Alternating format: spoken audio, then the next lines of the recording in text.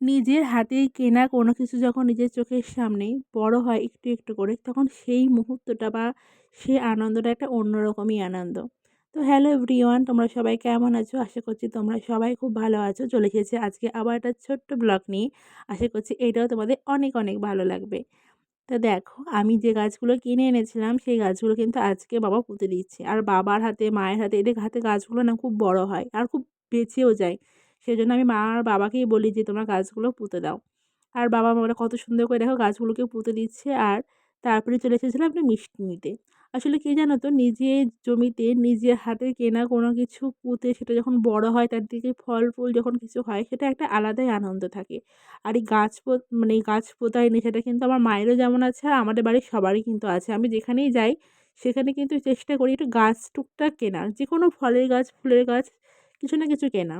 আজকে কিন্তু আমি ঝাল গাছ কিনেছিলাম দুটো, তো সেটাই পোঁতা হয়েছে। তো আমি এটা হাইব্রিড ঝাল গাছ, বাবা বলছিল যে দেশি ঝাল গাছ আনতে, না সেটা না আমি না বুঝতে পারি না।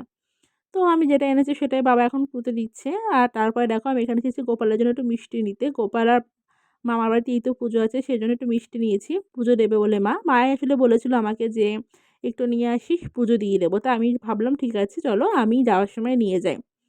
কী বলো তো, যেহেতু আমি বাইরে বেরোই, মা সেরকম আর বেরোনো হয় না, সেজন্য মা আমাকে একটু টুকটাক যা কিছু দরকার আমাকেই বলে, সেটা আমিই নিয়ে যাই।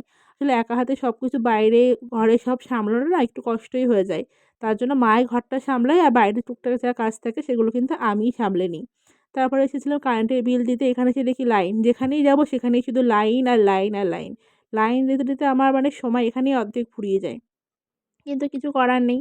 যখন এসেছি দিতেই হবে। আর এই যে বললাম না মিষ্টি এনেছি, আর আমাদের জন্য মানে মা এই মিষ্টিটা খেতে খুব ভালোবাসে। সেজন্য এই মিষ্টিটা এনেছি। এই মিষ্টিগুলোর নামটা আমি ঠিক জানি না, কিন্তু আ আগে ছিল ৳১০ করে। এখন কিন্তু এগুলোর দাম হয়ে গেছে ৳১২, মানে একেকটা পিস ৳১২। এখানে আমি ৩ টে নিয়েছি, আর এদিকে গোপালের জন্য নিয়েছি আমি সন্দেশ। আর এই মিষ্টিগুলো কিন্তু আমি ফার্স্ট টাইম খেলাম। মা এর আগে খেয়েছে, কিন্তু আমি কিন্তু ফার্স্ট টাইমই খেয়েছি। বেশ ভালো, মানে মিষ্টিটা যতটা ভালো লেগেছে তার থেকেও ভালো লেগেছে কিন্তু আমার আ ওই আ রসটা। তারপরে আমার ফোনে মেসেজ আসলো যে এটিএম কার্ডে একটু সমস্যা হয়েছে। তাই দেখো বাড়ি এসে আমাকে আবার বেরিয়ে যেতে হচ্ছে। আমি যদি আগে জানতাম বা আগে দেখতাম তাহলে কিন্তু আমাকে আর এখন যেতে হতো না। এখন বাজে ১টা, কিন্তু ভেবেছিলাম যে পরে যাবো। কিন্তু না, এই ড্রেস চেঞ্জ করে আমি যদি শুয়ে পড়ি তাহলে কিন্তু আমার পক্ষে আর যাওয়া সম্ভব না। তার আগে দেখো আমি যে জামা প্যান্টগুলো পেয়েছি মানে পরেছিলাম, সেগুলো এখন সব ভাঁজ করে গুছিয়ে রাখবো। তা না হলে না এসে স্নান করে আবার করার একটু কষ্টের ব্যাপার। তাই ভাবলাম এগুলোকে গুছিয়ে নিই। গুছিয়ে নিয়ে তারপরে আমি একেবারে এটিএমের কাজটা মিটিয়ে আসবো। সেজন্য ঝটপট করে করছি। এগুলো মাও করতে পারে, কিন্তু সব কাজ তো আর মায়ের জন্য রাখা যায় না। কিছু, কিছু কাজ নিজের কাজগুলো নিজেকে করে নিতে হয়। না হলেই কেমন একটা দেখায়। সবসময় বলাও যায় না। তো সেজন্য দেখো আমি এখন এইগুলো ভাঁজ-টাজ করে তুলে রাখছি। আর জন্মদিনের যে গিফটের যে ভিডিওটা, সেটা ডিলিট হয়ে গেছে আমার। মানে আমি করেছিলাম, কিন্তু আমার ফোনে না মায়ের ফোনে আমি ঠিক বুঝতে পারছি না। এবার সেটা আমি খুঁজে পাইনি। আমার মনে হয় আমারই হয়তো ভুলবশত ডিলিট হয়ে গেছে। তো কিছু এখন করার নেই। আমি ওটা আবার শুট করে তোমাদের মধ্যে আজকালের মধ্যেই শেয়ার করে নেব। আর তারপর দেখো এখানে আমি ভিডিও করছি, আর মা বুঝতেই পারেনি, মা হুট করে চলে এসেছে। আর আমাদের বাড়ি কিন্তু সবাই খুব একটু লাজুক প্রকৃতির। কেউ কিন্তু খুব একটা ক্যামেরার সামনে আসতে মানে স্বাচ্ছন্দ্য বোধ করে না। আমার ভাই তো একদমই করে না। মা, দিদি তবুও আসে, কিন্তু ভাই কিন্তু একদম স্বাচ্ছন্দ্য করে না। তো আমার এই মিনি ভিডিও মানে মিনি শর্টগুলো তোমাদের কেমন লাগে? যদি ভালো লাগে অবশ্যই জানিও, তাহলে আমি এরকম ছোট, ছোট ক্লিপ তোমাদের দেওয়ার চেষ্টা করব।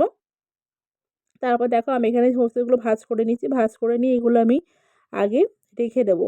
রেখে দিয়ে তারপরে আবার আ শেয়ার করব তোমার সাথে কী করি না করি। এখন কিন্তু ভাবছি কখন আমি এখান থেকে বেরাবো আর যাবো। কারণ কখন বাড়ি যাবো সেটাই আমার এখন মাথার মধ্যে শুধু ঘুরছে। এখানে আর আমাদের জামা মানে এত আলমারিতে এত জামা হয়েছে, আমি না রাখতেই পারি না। মা শুধু বলে, "বিয়ের বাড়ি তুই এখান থেকে সব টুকটুক করে নিয়ে যাবি।" একদম স্পেস নেই। এতটা মানে ঠেসে রাখতে হচ্ছে। দেখো তো হয়তো বুঝতে পারছো, একদম জায়গা নেই। তারপরে এখানে এই কাজগুলো করে আমি তারপরে চলে গেছিলাম এটিএমের কাজে। ওখানে গিয়ে দেখি মন্দিরটা খোলা আছে। তো যেহেতু শনিবার ছিল, এটা শনিবারের ব্লগ, তাই আমি ভাবলাম যে এখানে একটু পুজো দিয়ে নিই। তাই আমি এখানে দক্ষিণা দিয়ে এখানে কিছু সময় থেকে ঠাকুরকে প্রণাম করে তারপর চলে গেছিলাম এটিএমে। আর এটিএমে ওখানে একটুখানি কাজ হচ্ছিল বলে দাঁড়িয়ে থাকতে হয়েছিল। সেজন্য আমি বাইরে দাঁড়িয়ে আছি। আর এখন দেখো আমার কাজ মিটে গেছে। যে সমস্যাটা ছিল সেটা আমি ঠিক করে নিয়েছি। নেওয়ার পরে বাড়ি এসে দেখি, বললাম না ওই যে বাবা গাছ পুঁতছে, বাড়ি এসে দেখি বাবা আবার আ গাছ থেকে পেঁপে পেড়েছে। আর দেখো একদম মানে টাটকা পেঁপে। আর যাদের যদি এরকম পেঁপে লাগে অবশ্যই জানিও। সবার জন্য কিন্তু এখানে আছে। আর এরকম কিন্তু আমাদের আমি মানে খুব একটা পেঁপে খাই না। কিন্তু এই পেঁপেগুলো কিন্তু পুরো দারুণ খেতে, পুরো ডাসে পেঁপে। আমার দারুণ লাগে খেতে, আর হাতে তো আঠা লেগে যাচ্ছে এখন।